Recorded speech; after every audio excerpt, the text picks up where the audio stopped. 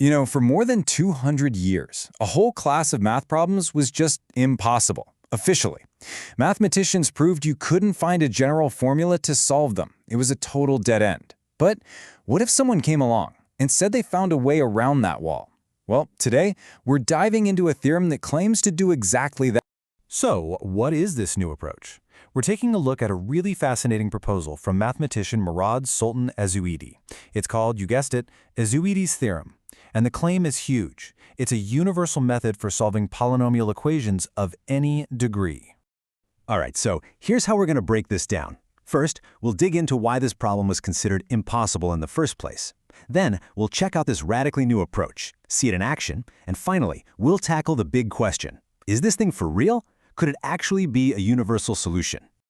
Okay, first things first. To really get why this is such a big deal, we got to rewind the clock a bit. For centuries, mathematicians were on this epic quest, They were searching for a single, beautiful formula that could solve a whole category of equations. And for a while, they were making real progress. Way back in the 1500s, they figured out formulas for equations of degree 3 and 4. Awesome. But then, nothing. For more than 200 years, they were completely stuck.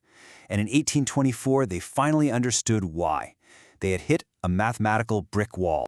So, that wall? It has a name, the Abel-Ruffini theorem. And it wasn't just a hunch, it was a formal proof. It basically says it's impossible, literally impossible, to find a general formula for solving polynomial equations of degree 5 or higher if you're only using the standard tools. Addition, subtraction, multiplication, division, and taking roots, what mathematicians call radicals. That was it. The quest was officially over. Or was it? This is where Professor Mourad Sultan Ezouidi comes in. He proposes a method that doesn't even try to smash through that wall. Instead, he claims he's found a way to just walk right around it. And the core idea here is really clever. See, the theorem doesn't violate the Abel-Ruffini rules because it doesn't play the same game. It throws out the main tool, radicals, altogether. Instead, it uses a completely different toolkit. It creates this kind of companion equation called an associated polynomial. And then it just applies a series of repeating recursive steps to chip away at the problem. It's a whole new angle of attack. And listen, the promises here are bold.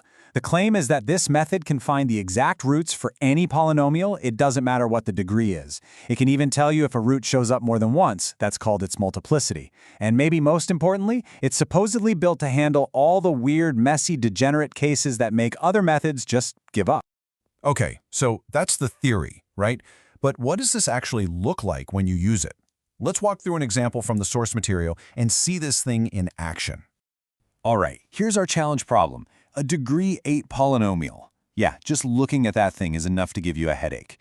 With the old school methods, you'd probably have to settle for an approximation. And an approximation is really just a highly educated guess. It gets you close, but it's not the exact answer. So, how does the theorem tackle this beast? Well, it's basically a three-step process. First, it builds that associated polynomial we talked about. Then, it applies a special recursive formula, again and again and again. And don't worry, we are not going to do the heavy-duty math here. The big idea is that each step systematically simplifies the problem. And finally, it takes those results and uses them to rebuild the exact roots. So with every single one of those recursive steps, a little transformation happens. The best way to think about it is like you're untangling a giant, messy knot of string. The process just keeps pulling on the right threads, one by one. And slowly but surely, that complex structure of the original equation gets simpler and simpler. And check this out. After all that work behind the scenes, after all those calculations, the theorem boils the entire problem down to this incredibly simple canonical form. It's like all the noise, all the complicated bits just canceled each other out, leaving behind this perfectly clean row of zeros. So what does this super simple form actually tell us? Well, it gives us the solution, the exact solution. Remember that intimidating degree 8 polynomial we started with? The answer is 1. The root is the number 1, and it's repeated 8 times. That's it. No guesswork, no close enough. A perfect, clean, exact answer. Okay, that's a seriously impressive result for one problem. But, one example doesn't prove everything. So, does this idea hold up more broadly? Let's take a look at how the author argues that this isn't just a neat trick, but a universally better method. This table from the source really lays out the whole argument. Just zero in on that row for degenerate cases. What are those? Well, they're basically the weird, super messy problems, the edge cases that often make traditional formulas just completely fail. And you can see, right where classical methods are limited or just fall apart, Ezouidi's theorem claims to handle them as part of its very structure. And that is the crucial point here. It's supposed to be strongest exactly where other methods are weakest. So let's just recap the core strengths being claimed here. According to the source, what makes this theorem so powerful? Well, there's 6 main things. It's supposedly universal, working for any degree. It's robust, handling those extreme cases. It gives you an exact reconstruction of the roots. It preserves the polynomial's original structure. It's completely independent from radicals. And it has a kind of conceptual simplicity, boiling down complex problems to a core idea. So when you put it all together, what's the real takeaway? What should we make of all this? Well, the point isn't just about a new formula. It's about proposing a fundamentally new framework, a whole new way of thinking about these kinds of problems.